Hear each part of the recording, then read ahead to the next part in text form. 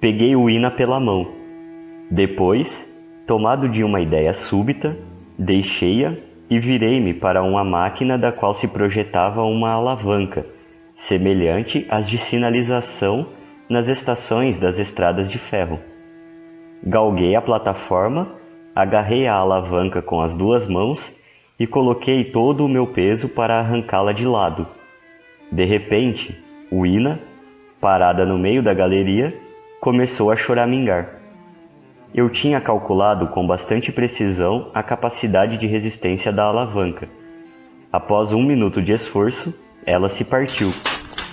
Fui ao encontro de Uina com uma massa na mão, mais do que suficiente, pensava eu, para esmigalhar quantos crânios de Morlocks se antepusessem no meu caminho. E já ansiava desde muito por matar alguns Morlocks. Vocês devem estar pensando: que desumanidade desejar matar seus próprios descendentes. Mas era impossível, lhes digo eu, descobrir qualquer laivo de humanidade naqueles bichos. Somente meu desejo de não abandonar o Ina e a certeza de que, se começasse a satisfazer minha fúria exterminadora, a máquina do tempo iria pagar por isso, me impediram de descer até o fundo da galeria e massacrar os seres abjetos que ali nos tocaiavam. E assim, sopesando a massa com uma das mãos e com a outra segurando o Ina, saí dessa galeria e entrei noutra, ainda maior, e que ao primeiro relance me lembrou uma capela militar cheia de bandeiras esfarrapadas. Mas logo reconheci o que eram aqueles trapos carbonizados, restos de livros apodrecidos. Tinham desde muito caído em pedaços e não se via neles o menor vestígio de impressão. Mas, aqui e ali, encadernações deterioradas e fechos metálicos partidos falavam por si mesmos. Fosse eu um homem de letras e talvez me tivesse entregue a digressões morais sobre a inutilidade das ambições. Mas o que provocou o maior choque no meu espírito foi a constatação do enorme desperdício de trabalho que essa melancólica floresta de livros podres testemunhava. Devo confessar que nesse momento pensei sobretudo nas minhas 17 comunicações sobre ótica física. Subimos depois por uma larga escadaria e fomos dar no que deveria ter sido uma galeria de química técnica. Ali eu esperava fazer algumas descobertas úteis. Salvo numa das extremidades, onde o teto havia desabado, estava bem conservada essa seção. Examinei ansiosamente todas as peças ainda intactas. E por fim, numa das montras realmente à prova de ar, encontrei uma caixa de fósforos. Experimentei-os com nervosismo, estavam perfeitos, nem sequer umedecidos. Virei-me para o Ina e gritei-lhe em sua língua: "Dance!" Pois agora eu dispunha de uma arma contra as horrendas criaturas que temíamos. E ali, naquele museu abandonado, sobre o espesso e macio tapete de poeira, executei solenemente, para imenso gáudio de Uina, uma espécie de dança compósita, enquanto assobiava The Land of the Leal, tão alegremente quanto me era possível. Foi uma mistura de cancan, de sapateado e de dança rodada, tanto quanto as abas do meu casaco permitiram. Mas foi também uma dança original, pois, como sabem, tenho espírito inventivo. Ainda penso que haver escapado, graças a essa caixa de fósforos, ao peso destruidor do tempo, através de centenas de milhares de anos, foi a coisa mais estranha e, para mim, mais afortunada. Porém, fiz outra descoberta infinitamente mais surpreendente: cânfora. Achei-a dentro de um vidro lacrado e que, por mero acaso, creio eu, o fora hermeticamente, não deixando penetrar o ar. Pensei de início que se tratava de cera de parafina e por isso quebrei o vidro. Mas o cheiro da cânfora era inconfundível.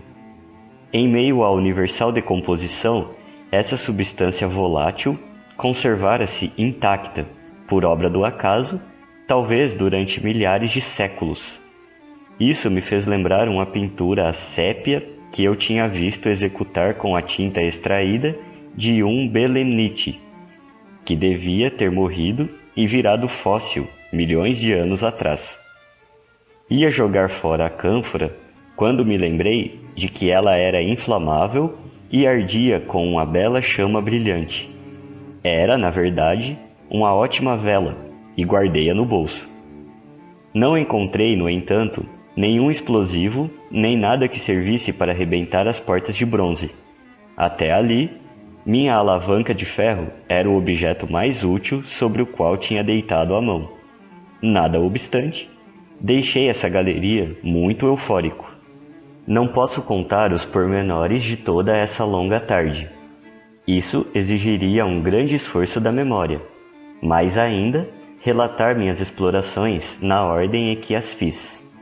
Lembro-me de uma comprida galeria com estandes de armas enferrujadas. Como hesitei entre minha alavanca e uma espada ou uma machadinha. Não podia, no entanto, levar as duas, e a barra de ferro prometia ser mais eficiente contra as portas de bronze. Havia numerosas pistolas e carabinas. A maioria estava reduzida a blocos de ferrugem, mas algumas eram feitas de algum material novo e estavam em perfeitas condições. Mas os cartuchos ou a pólvora tinham virado poeira. Um dos cantos da galeria estava carbonizado e com as paredes rebentadas. Talvez, pensei eu, tivesse ocorrido a explosão de alguma das armas ou de munições. Em outro local, via-se uma grande exposição de ídolos, polinésios, mexicanos, gregos, fenícios, de todos os povos da terra, diria eu. Aí, cedendo a um impulso irresistível, escrevi meu nome no nariz de um monstro de esteatita, proveniente da América do Sul, justamente aquele que mais me atiçou esse capricho. À medida que se aproximava a noite, meu interesse esfriava. Passei de galeria a galeria, todas poeirentas, silenciosas, muitas vezes em ruínas, os objetos expostos não raro transformados em montões de ferrugem e lignita, embora outros se apresentassem em melhor estado. Numa das salas, vi-me subitamente diante de um modelo de mina de estanho e ali, por mero acidente, dentro de um recipiente hermeticamente fechado, descobri 2 cartuchos de dinamite. Gritei, Eureka! E rebentei o recipiente com entusiasmo. Mas logo fiquei em dúvida. Hesitei. E, escolhendo uma pequena galeria lateral, fiz a experiência. Nunca senti maior desapontamento do que ao esperar 5, 10, 15 minutos por uma explosão que não se produziu. Naturalmente que os cartuchos eram simples imitações, como eu devia ter adivinhado logo. Acredito realmente que, se fosse mesmo dinamite, eu teria corrido imediatamente para fazer saltar pelos ares a esfinge, as portas de bronze e, como veria mais tarde, teria também perdido todas as possibilidades de recuperar a máquina do tempo. Creio que foi depois disso que chegamos a um pequeno pátio descoberto no interior do palácio. Em meio à grama havia 3 árvores frutíferas. Ali descansamos e nos alimentamos. Ao pôr do sol, comecei a estudar nossa posição. A noite estava descendo e meu refúgio inexpugnável ainda não tinha sido encontrado. Mas isso agora me incomodava muito pouco.